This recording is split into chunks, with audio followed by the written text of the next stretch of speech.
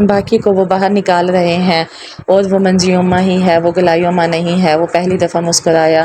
پھر بھی سرجری کے بعد ہم ٹیومر کو بائیوپسی کروائیں گے، رپورٹ سے ثابت ہو جائے گا، ڈاکٹر واصف درست کہہ رہے تھے۔